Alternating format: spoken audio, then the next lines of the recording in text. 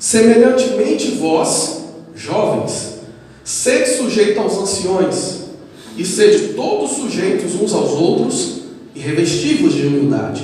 Porque Deus resiste aos soberbos, mas dá graça aos humildes. Humilhai-vos, pois, debaixo da potente mão de Deus, para que a seu tempo vos exalte, lançando sobre ele toda a vossa ansiedade, porque ele tem cuidado de vós. Sede sóbrios, vigiai, porque o diabo, vosso adversário, anda em derredor, bramando como um leão, buscando a quem possa tragar, ao qual resisti firme na fé, sabendo que as mesmas aflições se cumprem entre os vossos irmãos no mundo. Amém. Pode se sentar, por favor. Dando uma sequência no que nós falamos domingo passado, eu gostaria de falar hoje sobre qual é a importância de nós sermos humildes, ou por que nós devemos ser humildes, e que tipo de humildade eu estou me referindo aqui, já que nós sabemos que todos nós temos características, áreas da nossa vida que nós somos humildes, e áreas da nossa vida que nós somos menos humildes, ou talvez soberbos, né?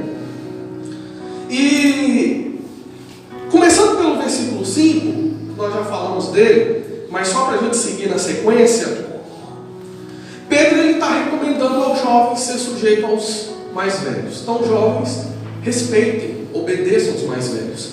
E aí depois ele vai dizer, sede todos sujeitos uns aos outros, e revestivos de humildade. E ele vai explicar o porquê que nós precisamos ser humildes. Porque Deus resiste os soberbos, mas dá graça aos humildes. Quando a Bíblia diz que Deus resiste, a Bíblia está dizendo que Deus se opõe. Então, Deus é contra. Ele não trabalha a favor dos soberbos. E aí a gente podia dizer, daquelas áreas, vamos separar, porque não dá para a gente definir alguém soberbo e humilde, né? 100%, não dá. Mas aquelas áreas que nós somos soberbos, então Deus está nos resistindo. Ele está nos evitando. Provavelmente Ele não vai ouvir nossas orações. Provavelmente Ele não vai agir ao nosso favor, porque Ele está resistindo. Mas as áreas que nós somos humildes, Ele nos dá graça. Então, se Ele nos dá graça, Ele é ao nosso favor. Ele batalha conosco.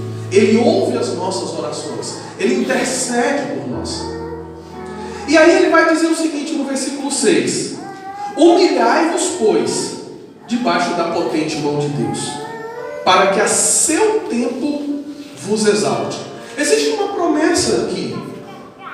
Existe uma expectativa.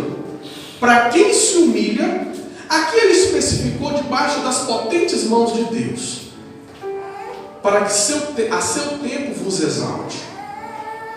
Eu não conseguiria separar o que é se humilhar debaixo das mãos de Deus e o que seria se humilhar para outras pessoas. Eu não conseguiria fazer essa separação. Mas a verdade é que se nós nos humilharmos, ao seu tempo Ele nos exalta. Como as coisas de Deus são proporcionais, então você imagina assim, ó. A Bíblia diz, quando nós quisermos falar com Deus, nós vamos entrar no nosso quarto, fechar a porta, lá em Mateus capítulo 5 ou 6, quando ele fala da oração do Pai Nosso, né? Então vai lá, fecha a sua porta, entra no seu quarto e ora em secreto. Porque o teu Pai que te vê em secreto te recompensará. É possível que quando nós nos humilhamos diante de Deus, apenas para Deus, no secreto, a exaltação também seja na mesma proporção no secreto. Quando nós nos humilhamos para Deus diante das pessoas, e aí envolve pessoas, então também a exaltação é diante das pessoas. Então, é proporcional. Se eu estou sendo humilhado por pessoas, e eu me humilho diante delas, então Deus me exaltará diante delas. Se eu me humilho no secreto, Deus me exalta no secreto, ninguém está sabendo. E é possível também, as duas coisas. Mas aí ele vai dizer, então, que é o seu tempo. Então, para aqueles que se humilham, existe um tempo que a gente pode esperar, mas a exaltação vem. E o contrário também é verdadeiro. Para aqueles que se exaltam, pode demorar, mas a humilhação também vem. Porque ambas as coisas são promessas de Jesus. Os que se exaltam serão humilhados. Pode demorar, mas ocorrerá. A mesma coisa com a exaltação. E ele vai dizer então, no versículo 7, ele diz: lance sobre ele toda a vossa ansiedade. É possível que uma situação de humilhação nos cause ansiedade. Quando a gente está sendo humilhado, a gente fica ansioso para aquela situação passar. E aí pode ser uma situação de humilhação. Eu estou achando esse fundo meio alto. Baixa um pouquinho, acho que ele está competindo aqui comigo.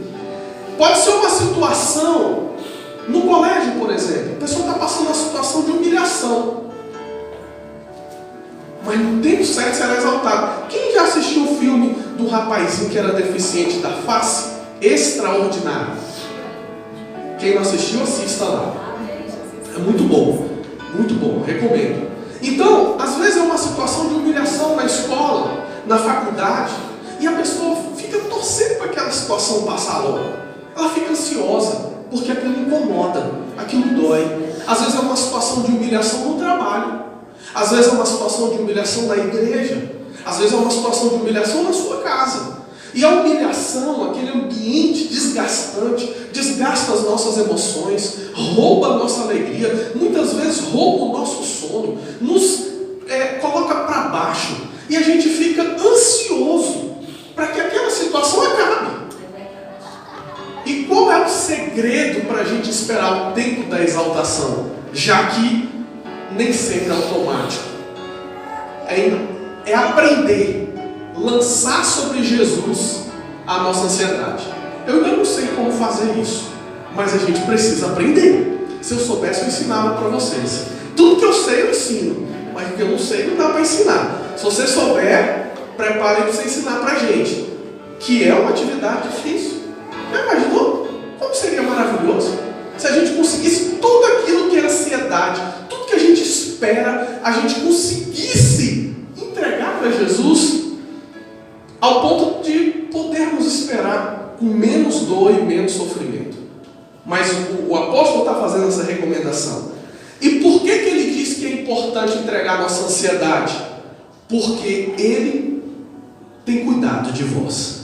Quer dizer, Deus cuida da gente, irmãos. Deus cuida de cada um de nós. Ele pode receber a nossa ansiedade, porque Ele cuida da gente. Ele tem cuidado da gente e Ele cuida da gente. Isso é uma verdade. Por mais que você se sinta só, desamparado, Deus tem cuidado de nós. E ele continua no versículo 8 dizendo: sede sóbrios. Não fique aí fora de si. Não fique fora da sua racionalidade, da sua consciência, das suas convicções.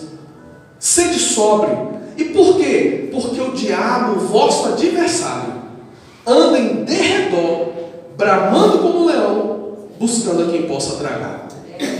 Coloca para nós o Salmo 34, versículo 7. Pastor Ricardo, liga esse ventilador aqui, por favor. Está meio quente aqui. O Salmo 34, versículo 7, ele vai dizer que os anjos do Senhor, eles acampam ao redor dos que o temem e os livram. Amém. Então, ao nosso redor estão os anjos de Deus. Está lá, rodeado, colado com a gente. E se a gente for fazer uma conta assim bem simplificada, a Bíblia diz que 1/3 dos anjos foram destituídos do céu, deixaram de receber a glória de Deus e se transformaram em anjos malignos, em demônios. 1/3. Então, para cada um espírito maligno, para cada um demônio, pelo menos 2 anjos, no mínimo. E aí nós não podemos comparar, porque um é a luz, é revestido de glória, de autoridade e poder, e o outro perdeu tudo isso. Então, ao nosso redor estão os anjos do Senhor nos guardando, nos protegendo. Conforme Salmo 34, 7 fala. E ao nosso derredor Então, atrás dos anjos, o diabo está bramando como leão, buscando a quem tragar. E aí eu pergunto uma coisa para vocês. Se a gente pudesse... Vamos fazer uma encenação aqui. Os varões aí, 5 varões aqui. Wesley, Pedro, Mateus. Wesley, Pedro, Mateus. Pedro Henrique também, vem aqui. Vamos fazer uma encenação para a gente... Se a gente puder ilustrar essa situação. Vamos imaginar que o... vamos para cá.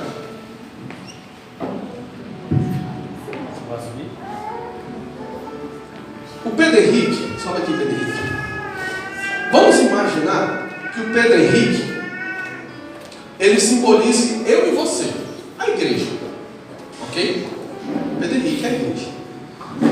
Pastor Ricardo e o Wesley e o Rodrigo também. Bem rapidinho, vem aqui vocês 3. Vocês são os anjos do Senhor. Com certeza, né? Não dá nem para comparar. Faça um círculo ao redor do Pedro, dá a mão cada um aí. Fecha o círculo. Fecha mais próximo. Então, os anjos do Senhor estão lá, aí, te protegendo. Vamos chamar mais uns 4 aqui. Vem cá, Lucas. Ó, só aqui vocês vão fazer o papel do demônio, tá? Mas é só para mostrar, né? Eduardo, você também. Agora vocês vão ao redor deles, dá a mão vocês aí. Só para a gente entender. Então, a barreira é intransponível. Não é possível os espíritos malignos nos atingirem, porque os anjos do Senhor estão ao nosso redor. Amém. Aí você fala assim, mas por que atinge? Tem 2 razões. A primeira, se Deus deu uma ordem para esses anjos com algum propósito específico. Foi o caso de Jó, por exemplo, né? Deus tinha um propósito específico. Aí um exemplo, pastor Ricardo solta a mão do Wesley aí tem uma brecha. Mas porque foi uma ordem de Deus. E aí eles podem entrar e atingir a pessoa. Fecha de novo. Qual é a outra possibilidade? Se o Pedro Henrique, que somos nós, pecar. Se ele peca, aí por exemplo, solta lá Ricardo e Rodrigo. Também tem uma brecha ali. Pode fechar. Não sendo a ordem de Deus e não sendo um pecado, os espíritos malignos não têm autoridade. Eles não lutam com os anjos. Não tem uma briga aqui com o anjo perder e ele acertar. Não existe. Os espíritos malignos, eles não têm força para lutar contra esses anjos. Então só tem uma forma de nos atingir. Se Deus mandar ou se a gente pecar. Não tem outra possibilidade. Não é uma questão do anjo ser fraco e o espírito maligno ser forte para nos atingir. E você fala, não, estou sendo atingido porque meu anjo está fraco. Não tem essa possibilidade. Então, essa é a nossa realidade. Ou eu vou dar permissão porque eu pequei, ou é um propósito específico de Deus. Porque os anjos malignos também são criaturas de Deus e obedecem a ordem de Deus. E Deus às vezes tem um propósito específico para me tratar num sofrimento, numa dor, numa situação, gerar em mim fé, me humilhar, me corrigir, me transformar, e vai usar esses espíritos malignos para de alguma forma alcançar um propósito em mim. Vocês compreenderam? Sim. Muito obrigado. Deus abençoe. Amém. Pode descer lá. Obrigado, viu, Pedro Henrique? Então, a gente às vezes tem uma imagem que os anjos estão lá brigando, lutando, que aí se o anjo for fraco e o espírito maligno for forte, não. É só uma questão de autorização de Deus. Então, voltando ao nosso texto, quando o apóstolo Pedro fala, vigiai, porque o diabo, vosso adversário. Irmãos, a nossa luta não é contra a carne nem sangue, é contra o diabo. Ele pode usar pessoas? Pode. Normalmente é o que ele faz. Pode ser vizinho, pode ser parente, pode ser patrão, pode ser colega de trabalho. Mas a nossa luta não é contra as pessoas. É contra o nosso adversário. A Bíblia em nenhum momento vai colocar lá que as pessoas, a nossa guerra é contra as pessoas. Nossa guerra é contra o nosso adversário que usa essas pessoas. Então ele está bramando como um leão. Eu penso que uma das formas da gente dar brecha é a gente sendo soberbo. Porque o apóstolo Paulo está falando sobre isso. Ele está falando sobre humildade, sobre ser soberbo. Talvez uma das formas que o diabo age na nossa vida é quando agimos com soberba. E aí essa brecha é aberta. E aí ele vai dizer no versículo 8: o qual resistir firme na fé. Olha só, a Bíblia recomenda que o diabo a gente resista, mas ela também recomenda que ao pecado a gente fuja. E tem gente que faz o contrário. Tem gente que quer resistir o pecado e fugir do diabo. Qual é a consequência disso? Olha a prática aqui, ó. Vocês lembram aquela música do Ney Mato Grosso? Se correr o bicho pega, se ficar o bicho come? Pronto. Se você não resistir o diabo, vai acontecer isso aí. Se correr, ele vai te pegar. Se ficar, o bicho vai te comer. Você só tem uma forma: resistir. Você tem que resistir. E o pecado? Gente, vai resistir o pecado? O pecado a gente não resiste. Não pode deixar, está tudo sob controle. Eu vou lá naquela festa, mas eu não vou beber, eu já bebi demais, eu tive problema com álcool, mas eu me conheço e eu vou resistir. A Bíblia não manda você resistir. A Bíblia manda você fugir do pecado. É diferente. A pessoa trocou a situação, quer correr do diabo quando ele tinha que resistir. O diabo a gente resiste. E do pecado? Do pecado a gente foge. A gente precisa fugir do pecado. Aí a pessoa está numa situação, ela está sendo tentada, em vez dela fugir. O que José fez lá com a esposa de Potifar? Ele resistiu ou ele fugiu? Fugiu, porque era uma situação de pecado. Pecado a gente foge, né? O diabo a gente resiste. Não dá para fugir, tem que resistir. Então, ele diz: ao qual resistir firme na fé, sabendo que as mesmas aflições se cumprem entre vossos irmãos no mundo. Às vezes a gente tem aquela impressão igual a Elias. Elias, quando fugia de Jezabel, do rei Acabe, ele achava que só tinha restado ele. Senhor, só tem eu, Senhor. E Deus vai falar: não só tem você não. Fica tranquilo que ainda tem mais 7.000 que não dobraram o joelho. Às vezes a gente está passando por uma luta e acha que a nossa luta é maior do que a de todos. É maior do que de todo mundo. É como se a nossa luta fosse a pior de todas. E aqui ele está dizendo: sabendo que as mesmas aflições se cumprem entre os irmãos do mundo. Então aflições a gente passa. Por que a gente passa aflição? Porque está na Bíblia. Jesus disse: no mundo tereis aflições. Se você não tem aflição, está alguma coisa errada com você. Se você é de Deus e está no mundo, vai ter aflição. Se não for de Deus, tem aflição também. De qualquer forma, tem aflição. Se for de Deus, acho que tem mais um pouquinho. Porque a gente não contribui com o mundo e por causa disso a gente acaba sofrendo. Aí talvez você pergunta: mas tudo bem, coloca o tema da mensagem para nós. Por que eu devo ser humilde?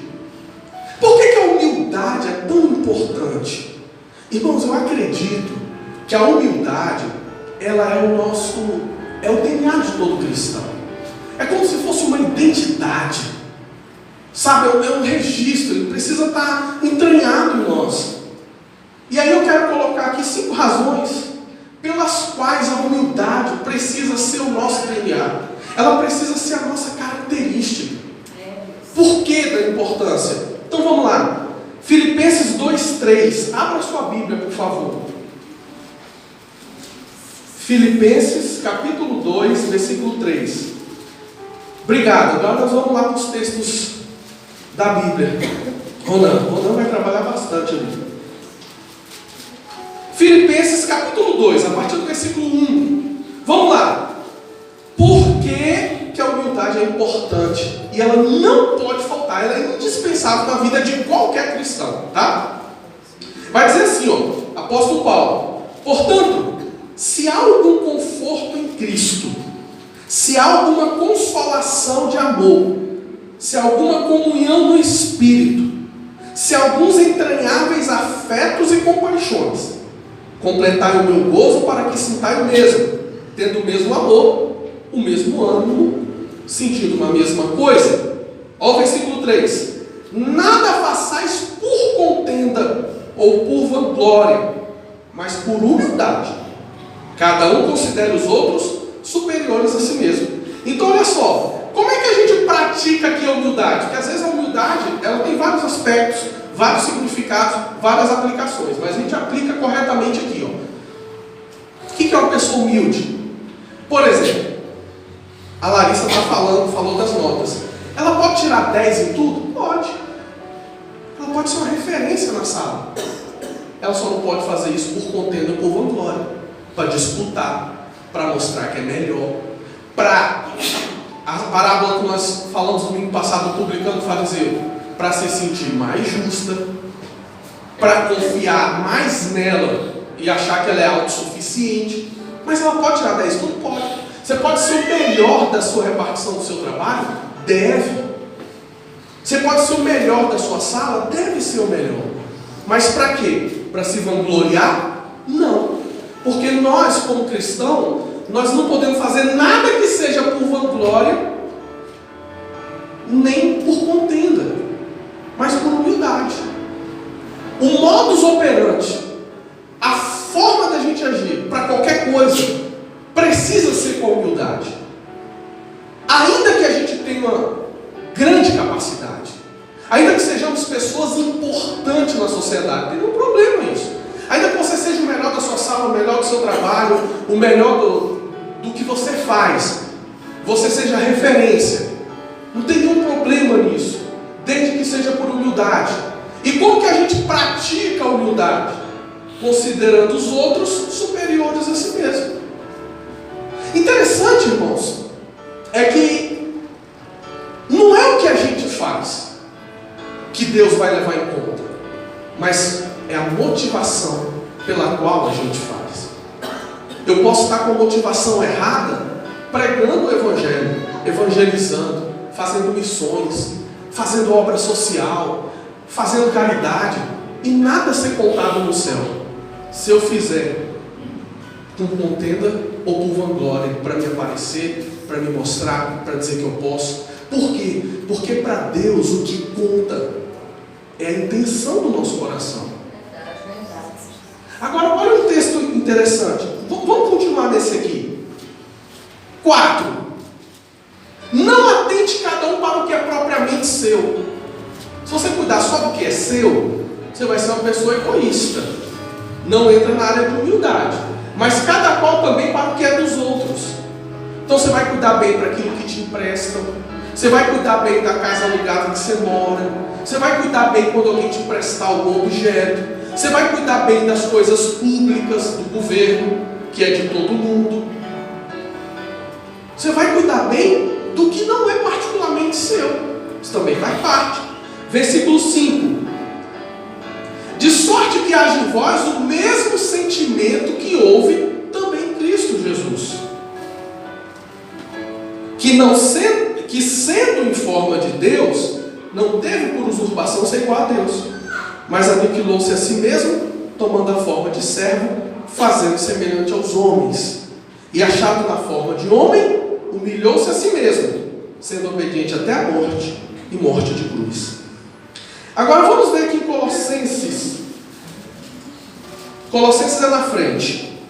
Capítulo 3, versículo 12. Diz assim, ó: revesti-vos, pois, como eleitos de Deus, santos e amados, de entranhas de misericórdia, de benignidade, humildade, mansidão e longanimidade. Essas características, se a gente for olhar, é a forma de viver em santidade. O que é a santidade? É você não usar alguns objetos, é você não beber, não fumar, não ouvir música do mundo. Pode até ser, pode fazer parte, mas existem coisas mais importantes ainda, que a gente não pode ignorar, que é isso aqui, ó. Quando o apóstolo apóstolo Paulo está falando aos Colossenses, revestivos, mais uma vez, lá em Pedro fala de revestir de humildade, aqui ele fala, revestivos, pois, como eleitos de Deus, nós somos eleitos por Deus, santos, amados, de entranhas, tem que ser lá do seu íntimo, não pode ser algo de fora, aparente, lá no íntimo, entranhas de misericórdia. Essa característica precisa existir em nós, irmãos. Às vezes a gente fala assim, a pessoa se sente muito misericordioso quando perdoa a primeira vez. Aí ela fala assim, ó, porque eu sou misericordioso, porque eu tenho misericórdia, dessa vez eu te perdoo. A primeira. Quando é a segunda, a pessoa já não quer mais perdoar. E o que Jesus falou? Quantas vezes ele tem que perdoar, irmãos? 70 vezes 7. 490 vezes por dia. Porque o apóstolo falou, Senhor, eu tenho que perdoar 7 vezes? Já estava bom, né? 7 vezes por dia. Eu pergunto uma coisa, teve alguém que contou e no dia precisou perdoar mais de 7 vezes? Alguém já fez essa experiência? Por que vocês reclamam tanto de perdoar então, hein, gente? Jesus está falando de 490. Nem 7 a pessoa faz, perdoa uma, a segunda não quer perdoar. Com muita dificuldade, 2, na terceira já não perdoa, na quarta nem se fala. Então ele vai dizer,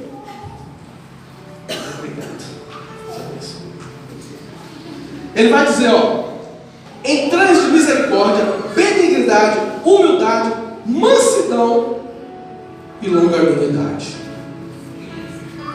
Isso aqui é a forma que a gente precisa agir. Isso tem a ver com o caráter cristão. Jesus disse lá em Mateus 11, 29, aprendei de mim que sou manso e humilde de coração. Jesus ele foi manso em várias situações. Nem todas, mas em várias. Até na ocasião, quando ele vai ser preso, que Pedro tira a espada e corta a orelha do soldado, Jesus repreende ele. Ele tinha que agir com mansidão. Pedro, talvez o temperamento não permitia ele ter tanto controle nem domínio. Tem pessoas que são explosivas, né? Elas agridem facilmente, se ficar irritado, ela nem vê. Já deu um tapa no pé da orelha do outro lá, nem viu. Você tem que pedir perdão e dar maior trabalho. Tem gente que é explosiva. Aí Jesus repreende Pedro pelo aquele ato violento e cola a orelha lá do soldado novamente. Então Jesus nos ensina a ser manso. Ele nos ensina a ser manso quando ele diz, se alguém te bater numa face, dê a outra para bater. Está ensinando a gente a ser manso. Pode não ser fácil, mas ele está ensinando. É a forma, e isso tem a ver com humildade. Agora olha interessante, Romanos, coloca aqui para nós, Romanos 2, versículo 13. Quando eu disse que Deus, Ele julga as nossas intenções, não apenas o que a gente faz, mas o que nos motiva a fazer aquilo. E Romanos 2,13 vai dizer assim, ó, porque os que ouvem a lei não são justos diante de Deus, mas os que praticam a lei hão de ser justificados. O que nos justifica diante de Deus não é a gente conhecer o Evangelho, não é a gente ler a Bíblia, é a gente, além de ler, praticar. Entre ler e praticar, entre só ouvir e fazer, existe uma diferença muito grande. Aí ele vai falar, 14, porque quando os gentios que não têm lei fazem naturalmente as coisas que são da lei, não tendo eles lei, para si mesmo são lei. Pode ir. Os quais mostram a obra da lei escrita em seus corações, testificando juntamente a sua consciência. Então a questão da gente obedecer tem a ver com a nossa consciência.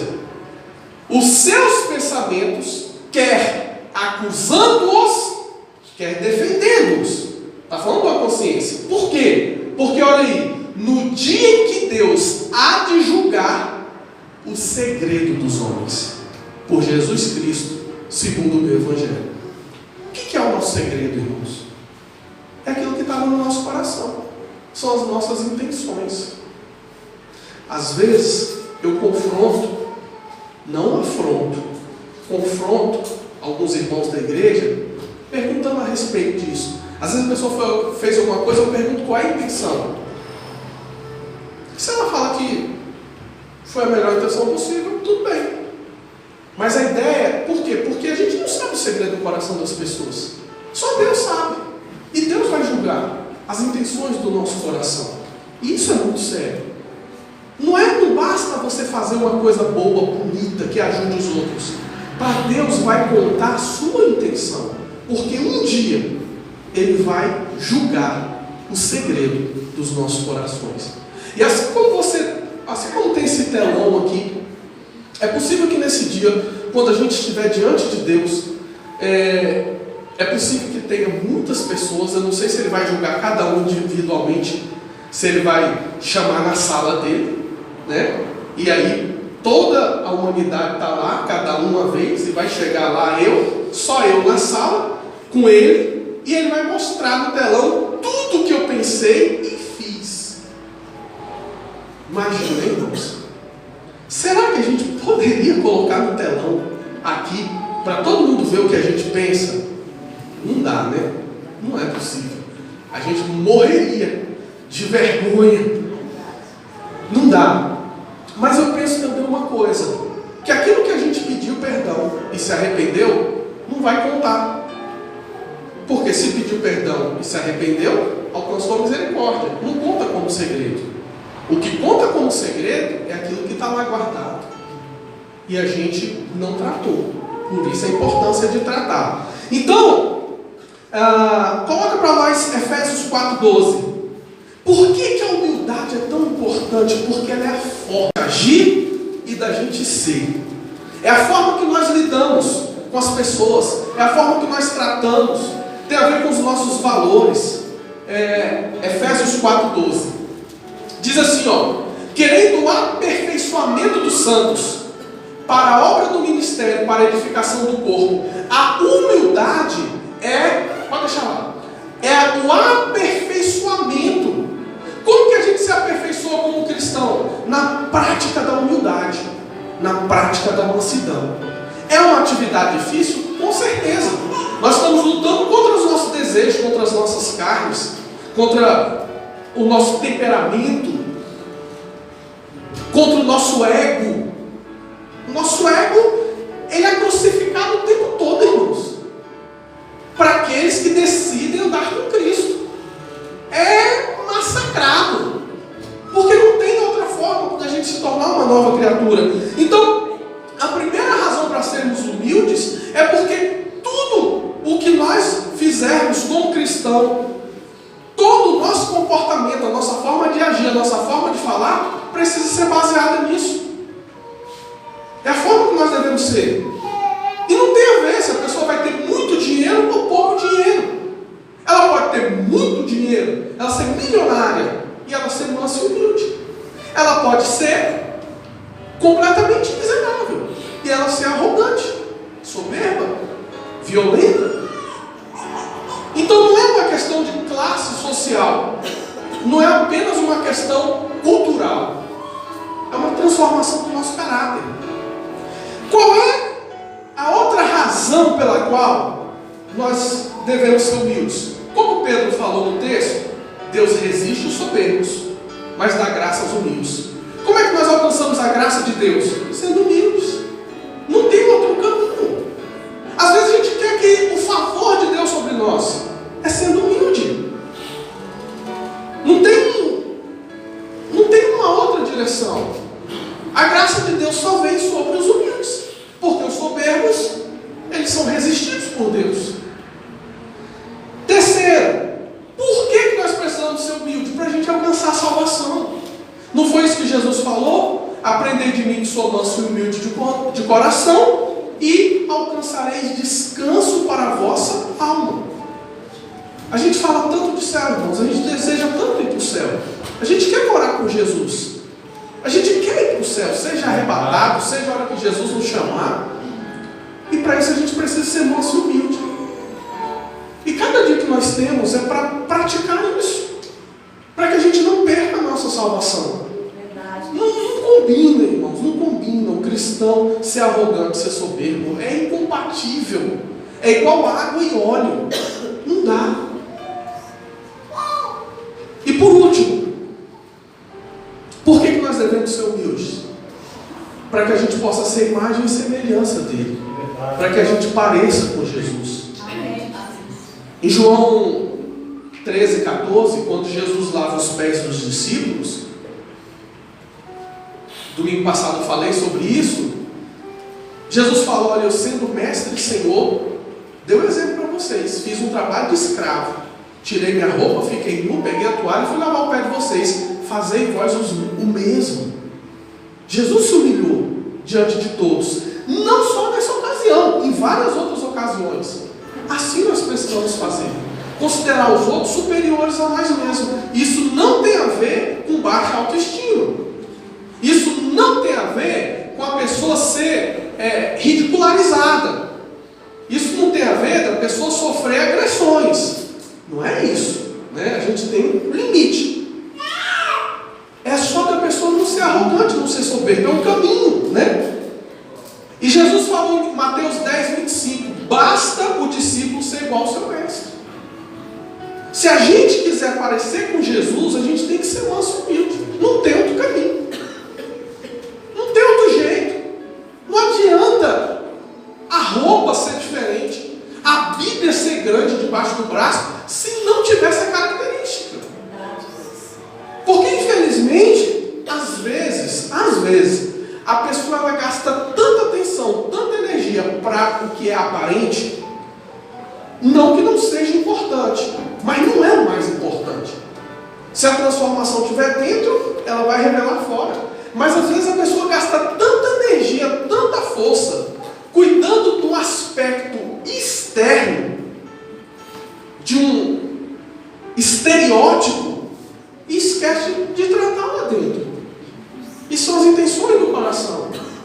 Não adianta, a pessoa às vezes ela está com uma roupa muito comportada, e aí talvez alguém diga, eita, ali vai uma crente. Mas às vezes o coração dela está contrário àquilo ali, está odiando aquilo ali. Então ela está preocupada com o exterior, mas o interior está sujo. Jesus recriminou os fariseus por conta disso também. Então não é o exterior, é dentro de nós.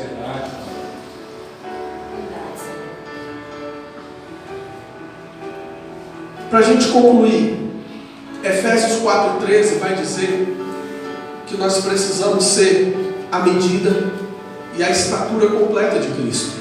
Eu acredito que o caminho, irmãos, para uma vida de santidade é o caminho da mansidão e da humildade. Eu acredito que o caminho, pode vir os meninos aí para a gente cantar aquela canção, que o caminho para a santidade é uma vida que nós vamos aprender a considerar as pessoas superiores a nós mesmos, que nós vamos nos humilharmos, porque é o caminho da exaltação.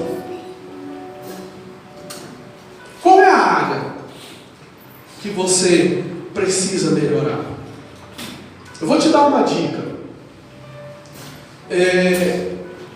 As melhores pessoas, porque assim, a soberba, alguém diz que é igual ao mau hálito. Quem tem não sente. Normalmente é assim, não é? Mau hálito. Os outros sentem. E não é difícil você falar com alguém, você está com mau hálito. Dependendo da pessoa, você não vai falar. É difícil. É difícil a gente falar para a pessoa falando que você está sendo soberbo. É difícil a gente falar. Mas uma das formas, se você quer realmente caminhar nesse caminho de ser manso e humilde, é você começar com humildade, perguntando para as pessoas que convivem com você. Começa com os da sua casa. Se tiver alguma área, certamente eles já identificaram. É claro que você tem que ter uma humildade para ouvir. A esposa pergunta para o marido pergunta para a esposa, o filho pergunta para o pai pergunta para o filho. Se você mora com familiares, aí é que é bom mesmo. Em uma semana você descobre tudo. Em uma semana, talvez num dia. Pergunta lá para o cunhado, para o primo, para a cunhada, sogra. Eita, aí você vai ser rapidão, você vai aprender o caminho onde precisa melhorar. Pergunta no seu trabalho. Mas não pergunta para as pessoas que têm muita intimidade com você, não. Se tem alguém que te persegue, que tem raiva de você, é essa pessoa que você tem que perguntar. Que essa pessoa vai saber. Então, a família, os colegas de trabalho, o vizinho, primeira humildade que a gente precisa ter é para perguntar. Porque se dependendo da forma que você perguntar, talvez não fale. Tem que ter muita humildade para fazer isso. Mas a gente precisa crescer nisso, irmãos. Isso tem a ver com o nosso DNA. Isso tem a ver com a nossa identidade. E eu quero convidar você para ficar de pé, para você pensar sobre isso. Qual é a área que a gente precisa mudar? Que eu preciso mudar? Eu já falei aqui para os irmãos. Me ajude nisso aí. Se você vê uma área que eu for